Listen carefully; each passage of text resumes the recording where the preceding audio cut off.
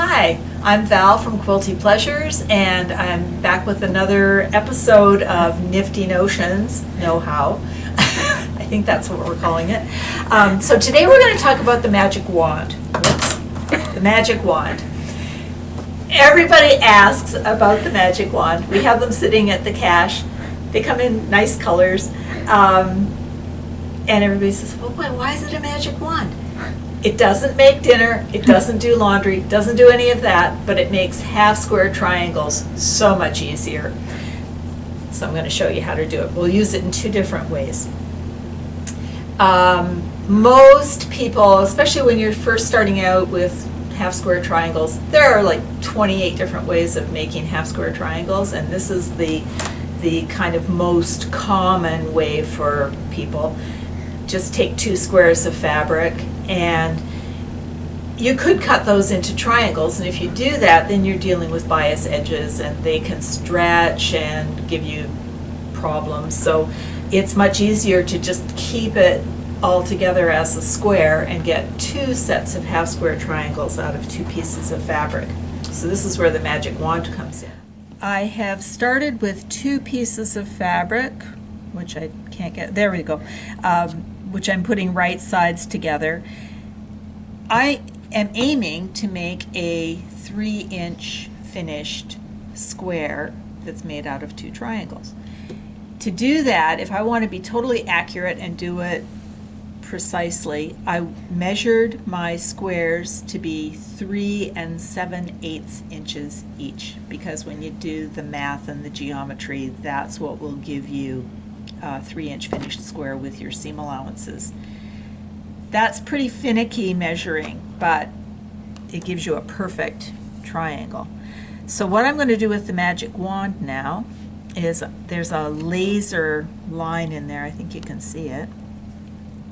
Place the line from corner to corner. Take my friction pen and trace on each side of the line. And then I'm going to sew on those lines like this, and I will be cutting in the middle. Because it's already sewn, I don't have to be totally accurate on my cutting. I can be a little bit off either way, and it doesn't matter because my seam line has already been sewn. And when I open these guys up, they will make a 3-inch finished square made out of 2 triangles. But as I said, that's finicky cutting when you have to do 3 7/8, and not everybody's comfortable with doing that.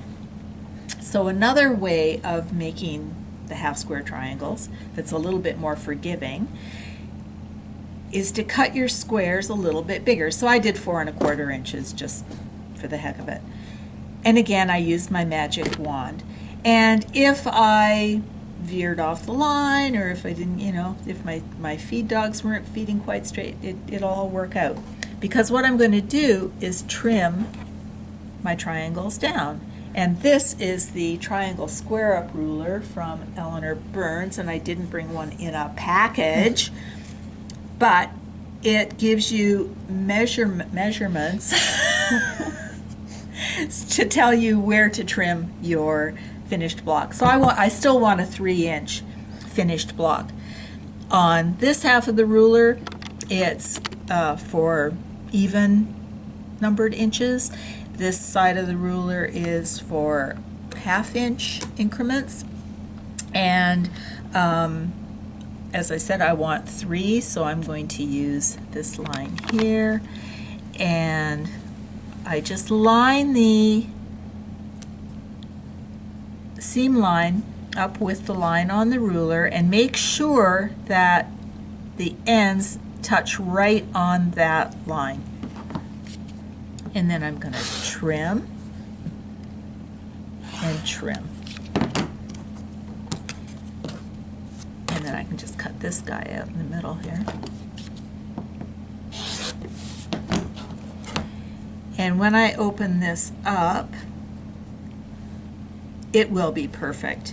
My corners come exactly to the corner. Everything's going to be perfect, and It does use a little tiny bit more fabric, but it just gives you that wiggle room so that you have some insurance to get your half square triangles exactly the way you want them.